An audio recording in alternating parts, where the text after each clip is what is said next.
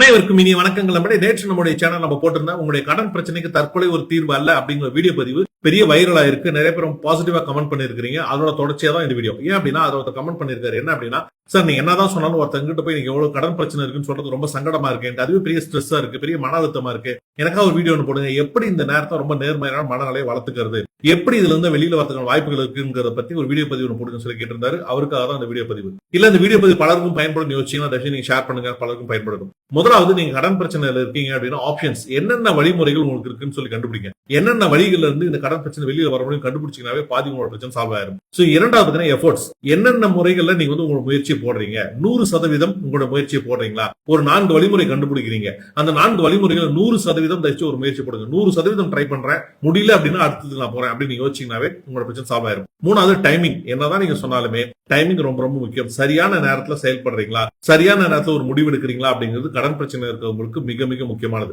அடுத்தது mental strength, உங்களுடைய மனநிலை அப்படிங்கிறது மிக மிக முக்கியம்.